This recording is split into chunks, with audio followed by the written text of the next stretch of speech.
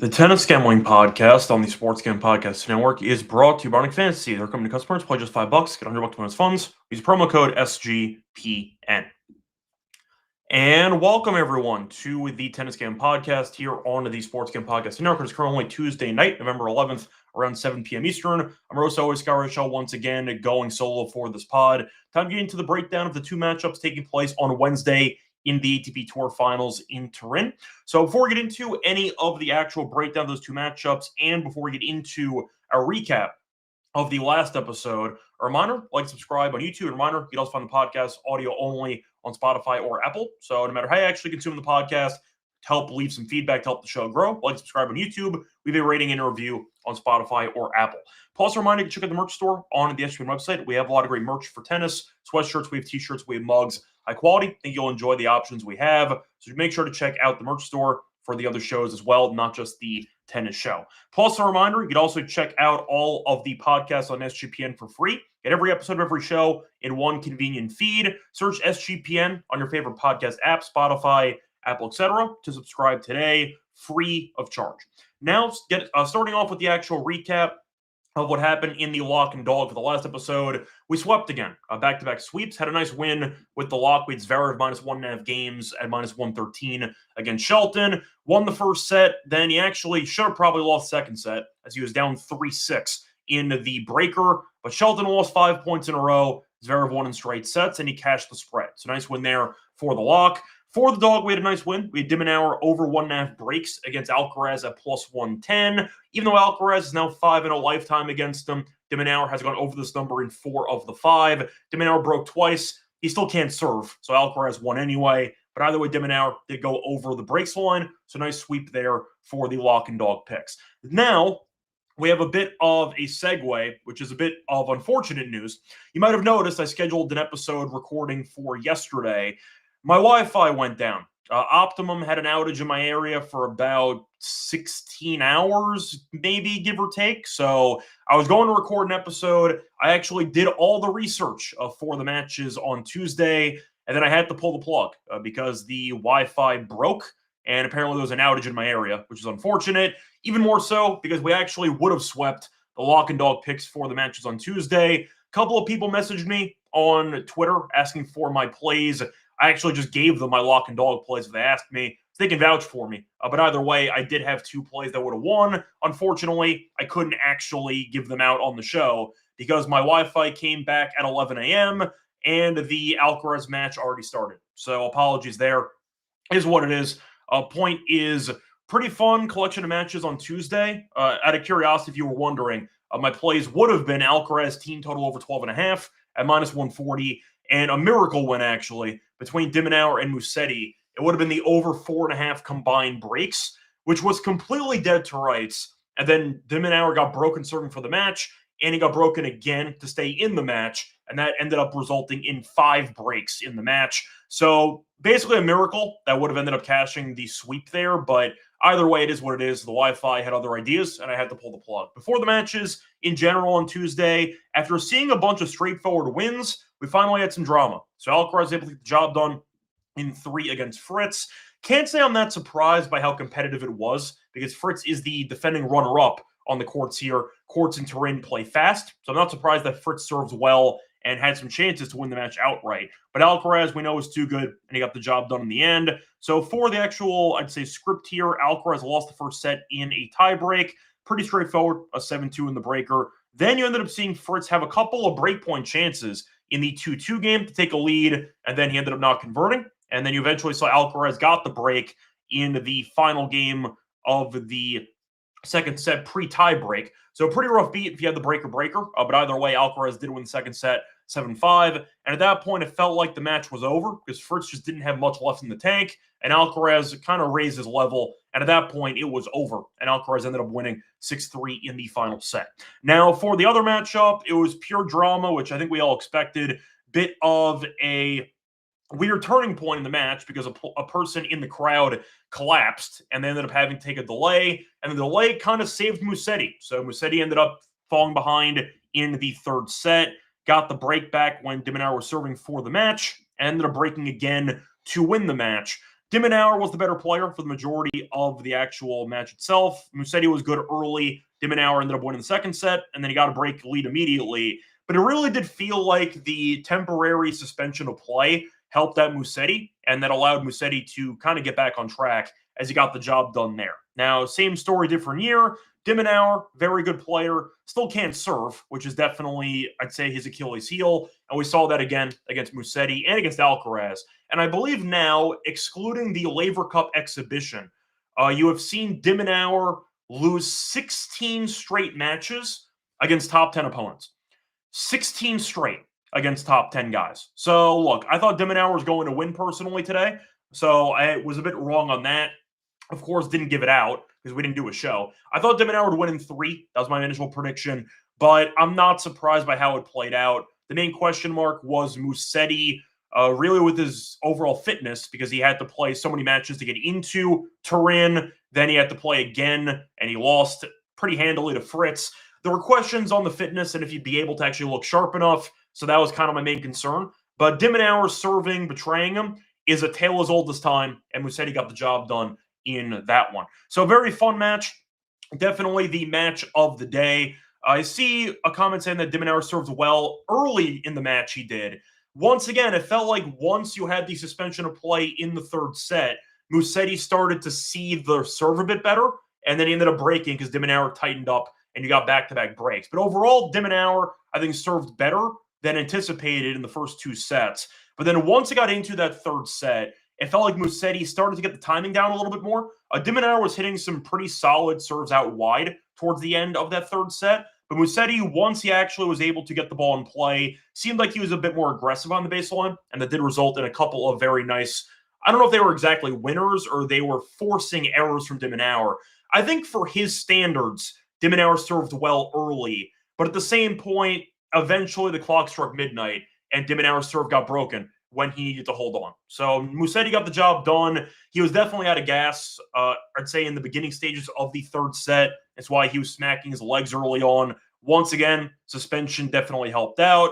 I see Matt asking if I think Musetti's uncle faked it. I don't think he actually faked it because I don't know if people are aware of this. 2 people died in attendance at the ATP Finals a day or 2 ago. So I don't know if it's a U.S. Open humidity thing where even though it's in, or I should say in an indoor environment, the humidity might just be crazy in there. But I don't think he faked it because 2 separate people died watching the matches earlier this past week. So there's been a couple of really, I'd say, morbid updates regarding the actual conditions there in Turin. Then again, I know the people that passed away were older. I think they were in their 70s, so I don't know if it was fully involving the conditions, but I don't think he faked it because 2 people literally died while being in attendance about a day prior, which is very, very weird. But either way, point is a nice overall collection of matches for Tuesday. A lot of drama. I think Alcaraz winning was really never in doubt, but Fritz did give it a good showing. And then the Musetti and de Minaur match was just an absolute slugfest that came down to the wire, and Musetti held on just long enough to win. I believe Musetti is now 4-1, I think, in the head-to-head. I see Matt, by the way, correcting me that somebody died outside the stadium. Point is, conditions have been relatively weird, and we've seen a couple of fan issues over the course of the first few days. So I don't know if it's the overall, I'd say, conditions in Turin or the conditions inside the actual arena, but there have been some, I'd say, upsetting updates regarding fan conditions and overall fan health, which is definitely a concern that we should keep an eye on. But it did impact, in my opinion, the match against Musetti and de Minaur, mostly the suspension for about 5-10 minutes to kind of kill momentum there for de Minaur.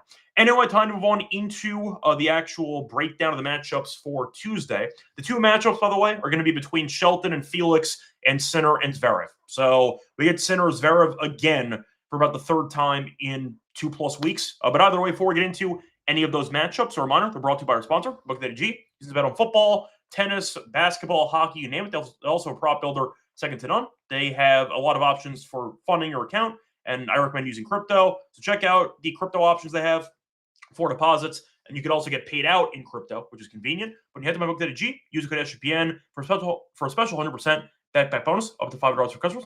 My Book.ag promo code SGPN. We're also brought to you by Novig. So if you're interested in checking out exchanges or prediction markets, recommend Novig, the number one prediction market for sports in America. Get some great reduced juice. So find some great prices by shopping around on Novig, available in 30 states. Download the app when you do so. Get a nice deal with us. Get $50 when you spend just $5 if it's a promo code SGPN, and then actually Novig promo code SGPN. Welcome back, everyone, to the Tennis Game Podcast. Finished going through the recap of what happened on Tuesday. Time to go on into the two matchups for Wednesday.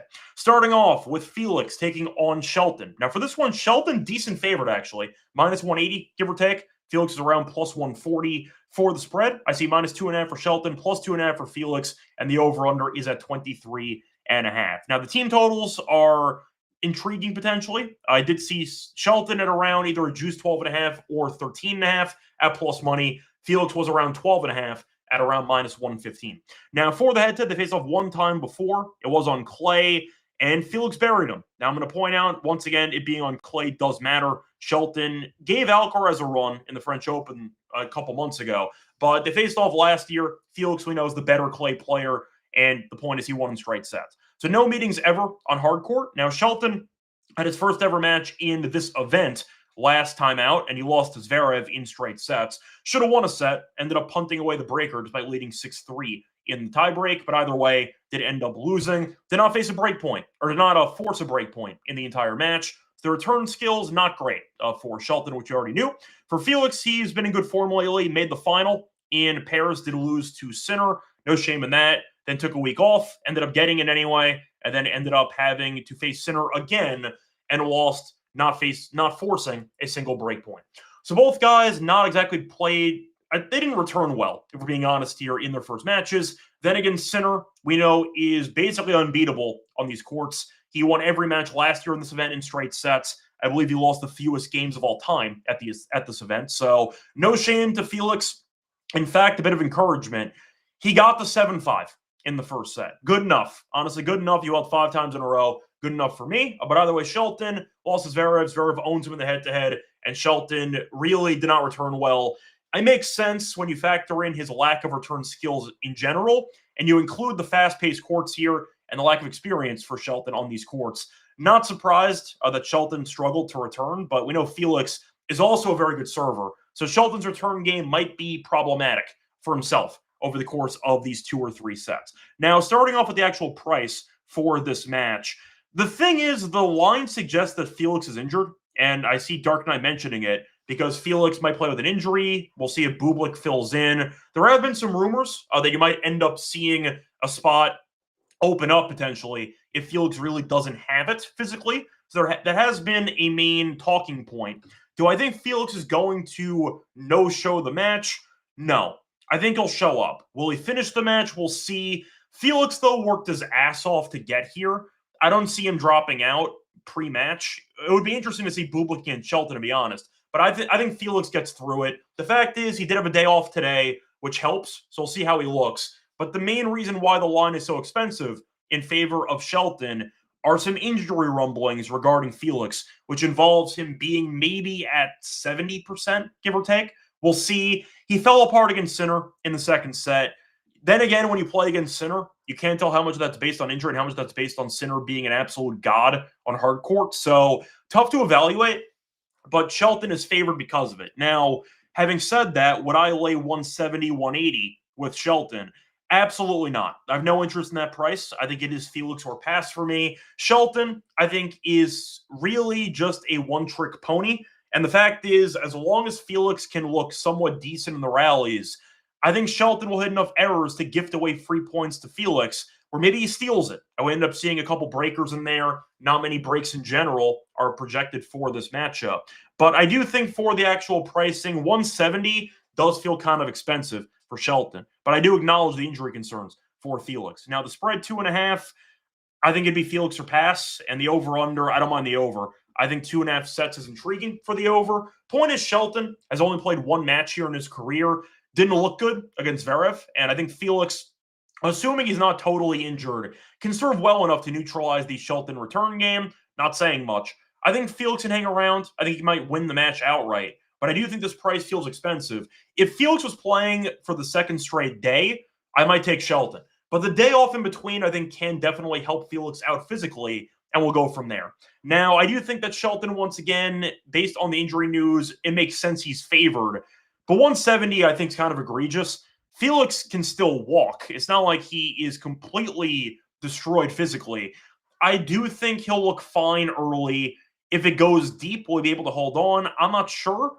But the fact is, Shelton and Felix are pretty comfortable shortening rallies. So I do see a lot of quick points that will not take up much energy from Felix. Not many 20-plus shot rallies, so to speak. So based on the quick nature of the points you should be getting in this match, I will pick it to be relatively close. I will go with Felix for value. But Shelton, I think, should be, in my opinion, at around minus 130, give or take. I think 170 feels pretty expensive. So based on that, I'm going to go with Felix as the dog. I don't mind the potential team total overs. If you want to go for a same-game parlay, hope for a 3-set marathon, I don't mind that. But I do think you'll see a couple of close sets, maybe a breaker in there. I think breaker was minus 150. So I do think you're going to see a longer match based on the absence of breaks. So give me the over in this one, and I don't mind potentially over 2.5 sets at about plus 140. Moving on to what could be a very straightforward match again, Sinner against Zverev. Now, Sinner is on an insane win streak here, won the title last year, still not dropping sets. The guy's an absolute demon. For Sinner, minus 770, sure. Zverev's plus 525. For the spread, minus 4.5 for Sinner, plus 4.5 for Zverev, and the over-under is around 20.5. Now, for the actual team total, Sinner, 12.5. The over-under is once again, a little bit juiced to the over, not by much, though. Minus 120 on the over, about minus 105 on the under, give or take. For Zverev, it's around over under 8.5 games. Under is minus 125. The over is minus 104. Straight sets for Zverev is minus 225. Zverev to win ace set is plus 170. Breaker in the match is plus 160. Now, we saw them face off last week in Paris, and that was as ugly as it could possibly be. Zverev was completely gassed after beating Medvedev in a 3-set marathon the round prior, and Sinner dropped one game.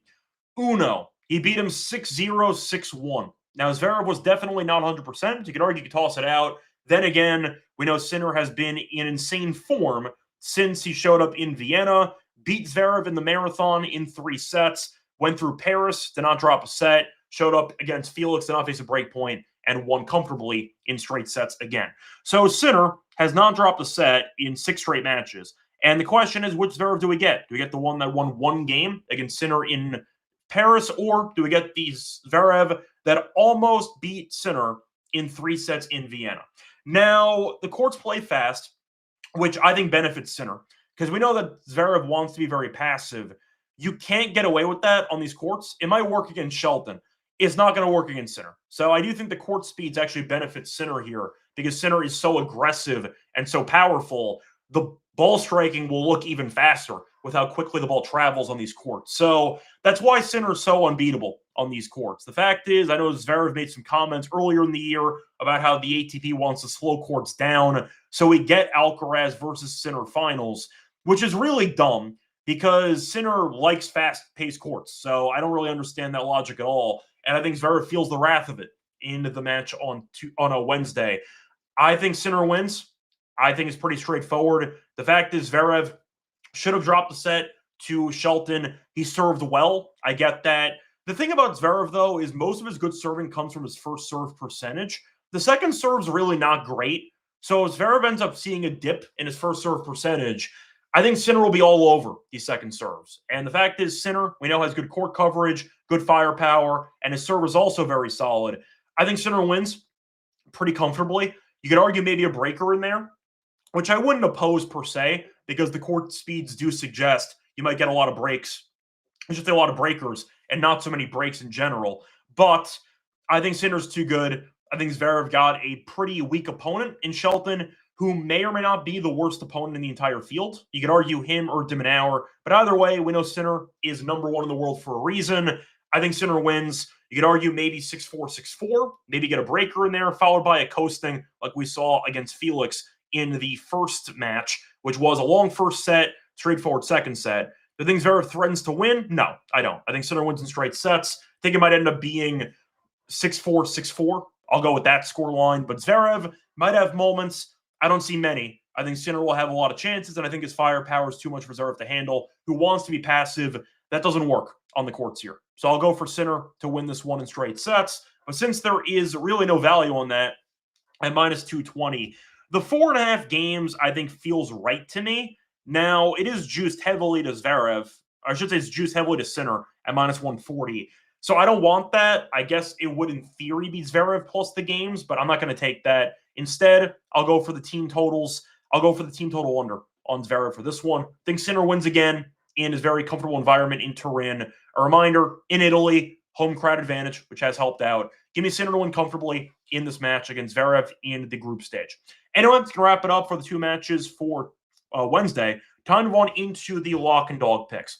Before we get into the lock and dog, reminder, they're brought to you by our sponsor, which is on Fantasy. So you could do Fantasy Pick'em entries, chance to win 5,000 times your money. You could also check out the new offer for new customers. Play just $5 and $100 bonus funds. Use promo code SGPN. We're also brought to you by Rhythm.